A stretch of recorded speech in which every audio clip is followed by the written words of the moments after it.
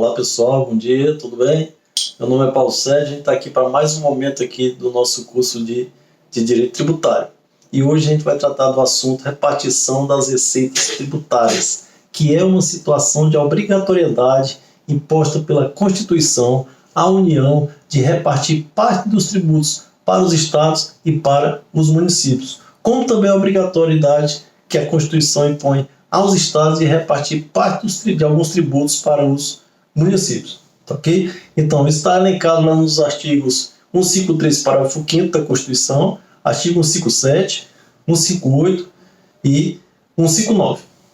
A começar pelo artigo 153, parágrafo 5º, diz que o ouro, na condição de, quando definido em lei como ativo financeiro, ele será tributado com o IOF, Imposto sobre Operações Financeiras de Crédito, Câmbio e Seguros, né, com a alíquota mínima de 1%. Então, o ouro, a gente sabe que ele é negociado nas bolsas, é negociado no mercado financeiro, e ele não se confunde com o ouro mercadoria ou com o ouro que é destinado à produção. Ok? E desse produto, dessa arrecadação do IOF sobre o ouro na condição de ativo financeiro, é repassado aos municípios de origem onde o ouro é explorado 70% da arrecadação. E para os estados e Distrito Federal, 30%. A segunda condição de repasse obrigatório, de repartição obrigatória, está lá no artigo 157 da Constituição, que fala sobre a retenção do imposto de renda retido na fonte. Então, o imposto de renda é o imposto de competência da União, né? Então, lá diz que os estados e distritos federais, nos pagamentos que eles fizerem a qualquer título,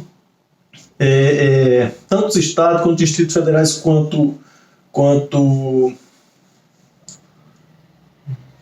as suas autarquias e fundações, os pagamentos de qualquer rendimento pago a qualquer título, seja para servidor, seja para prestador de serviço, o imposto de renda retido na fonte, que é o imposto da União, né, isso na verdade passa a pertencer aos estados. Então, nesse caso, é uma transferência obrigatória da União para os estados e Distrito Federal. E a outra condição que tem, que também pertence aos estados, é 20% do produto da arrecadação do imposto residual. Na verdade, não existe um imposto chamado residual, até muita gente nem sabe do que se trata, né? Mas o que acontece? Lá no artigo 154 da Constituição, ele fala de que a União ela tem competência para instituir outros tributos, desde que não sejam os tributos elencados lá no artigo 153, que são 7 impostos, e desde que também, nesse novo tributo que ela queira instituir, né, são tributos que têm a natureza não cumulativa e que não tenha a mesma base de cálculo nem o mesmo fato gerador dos tributos que a Constituição já relaciona. Isso se chama competência residual. O que acontece? Imagina que a União, se ela tiver com poucos recursos, ela vai dizer assim, então eu vou fazer o seguinte, eu agora vou passar a tributar a propriedade de veículo automotor, como exemplo.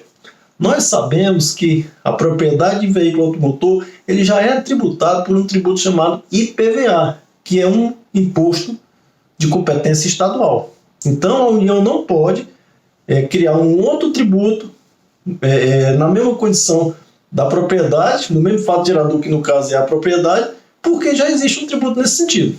Okay? Então, 20% da arrecadação desse imposto criado pela competência residual será repassado aos estados e Distrito Federal. Okay?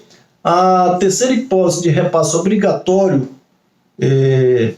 nesse caso agora, para os municípios, vem a beneficiar os municípios, e você fique atento até para você saber de onde provém a receita dos seus municípios, sabendo nós que os municípios, a grande maioria deles, não tem receita suficiente para pagar suas despesas, né? Então, a primeira hipótese é que 100% do imposto de renda é pago sobre os rendimentos, do imposto de renda retido sobre os rendimentos pagos a qualquer título pelos municípios, suas autarquias e suas fundações, né? Isso fica já para o município. Então, mais uma vez, o imposto de renda ele é um imposto federal e o que o artigo 158 está dizendo é, olha, município, quando você for pagar rendimento a qualquer título, seja para um servidor, seja para um prestador de serviço, aquele imposto de renda que você reter, né, não é da União.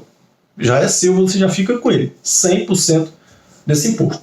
A outra condição que também beneficia os municípios é o repasse obrigatório de 50% do ITR. Nesse caso, é um repasse da União para os municípios. O ITR é um imposto de competência da União, e a União repassa obrigatoriamente 50%, evidentemente que sobre os imóveis rurais que estiverem lá no território daquele município. Agora, existe a condição desse repasse ser 100%. Qual é? É o município fazer convênio com a União, é como se o município chegasse e dissesse assim, União, vamos fazer o seguinte, dos imóveis rurais que estiverem aqui dentro do meu território, deixa que eu cobro o ITR. E aí, nesse caso, a União autorizaria, né, por delegação, o município a cobrar e a fiscalizar e a arrecadar esse tributo. Isso é o que a gente chama de capacidade tributária ativa, né, que isso a gente viu na aula anterior, ok? Então, no caso do município passar a fazer a cobrança, arrecadação e fiscalização do ITR, que é o Imposto da União, aí sim, nessa condição, o município fica com 100% do ITR. A outra condição é com respeito ao IPVA. IPVA é um imposto estadual, né? E 50% do IPVA, que é o imposto estadual, é repassado ao município onde está registrada a placa de seu veículo.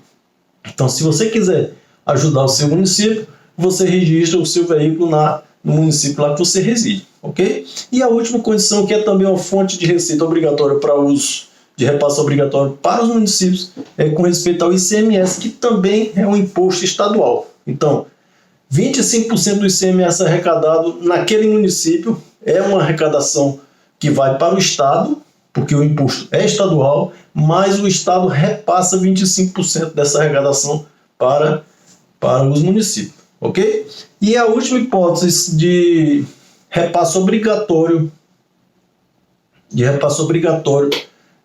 receita tributária vem da soma da arrecadação do IPI, que é Imposto sobre Produtos Industrializados, e do Imposto de Renda. Esses dois impostos são impostos também da União, são impostos federais, né? Então, 49% da arrecadação desses dois tributos é distribuído da seguinte forma, qual seja, 21,5% vai para o FPE, Fundo de Participação dos Estados. Na sequência, municípios, 22,5% vai para os municípios, né? Através do FPM, Fundo de Participação do Município. Depois, na sequência, 3% a União ela repassa a título obrigatório para financiar obras destinado à agricultura, né? Financiamento do setor produtivo, ok? Depois vem mais 1% para o FPM, Fundo de Participação por Municípios, né, que deverá ser pago até o dia 10 de dezembro de cada ano, e depois mais 1% também destinado aos municípios através do FPM, que deve ser pago até o dia 10 do mês 7 de cada ano. Além disso, tem mais duas situações, que é o que? Dessa vez agora destinado aos estados e Distrito Federal. É que 10% da arrecadação do IPI deve ser necessariamente repassado aos estados e Distrito Federal para aquelas empresas que, além de industrializar, ela também exporta. Então, o que a União está dizendo? Olha, estado e Distrito Federal, vamos fazer o seguinte, do que as indústrias instaladas no seu território produzir e também exportar, eu repasso 10% do IPI dela, do IPI arrecadado para você. Tá bom?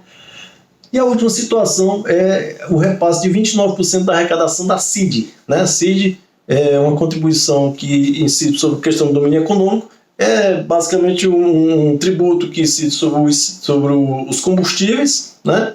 E a União está obrigada a fazer o repasse disso aos estados e Distrito Federal para financiamento de obras de transporte, estradas, pontes, viadutos e etc. Tá certo? Agora, pessoal, essa obrigatoriedade de repasse, o Estado ou a União, que são os entes repassadores, eles não podem reter, mas podem reter na seguinte condição. Aí nós vamos lá para o artigo 160 da Constituição, que diz: o ente repassador, ele poderá reter esse repasse obrigatório na seguinte condição. Imagina só, que o município ele tem direito de receber esse repasse do Estado.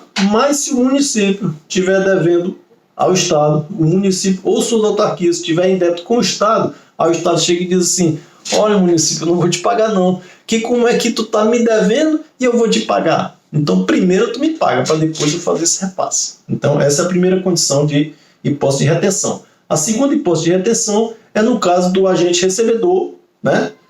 Ele não comprovar que fez a aplicação mínima de recurso que está previsto na Constituição na área de saúde. Isso está previsto lá no artigo 198 da Constituição. E o ente recebedor, o Estado, o município, ele tem que comprovar que fez essa aplicação mínima na área de saúde dos recursos que está lá previsto no artigo 198, tá bom? Pessoal, por enquanto é só isso, né? No próximo encontro a gente vai estar tratando do assunto chamado espécies de tributos, né? Muita gente confunde imposto com tributo, aí vai ver o que é taxa o conceito de taxa, contribuição de melhoria, empréstimo compulsório, tá certo? E por aí vai. Então, quero pedir a vocês também que vocês repassem, divulguem esse vídeo com seus amigos. Muita gente talvez, tenho certeza que tem interesse em aprender mais um pouco sobre isso, especialmente empresários e etc. E a gente também como cidadão tem a obrigação, já que eu contribuo, né, para o financiamento do Estado através dos tributos, então cabe a mim também ter conhecimento dessa matéria, tá bom? Siga a gente lá nas nossas páginas do nosso Instagram, paulosergio.advogados no plural, né?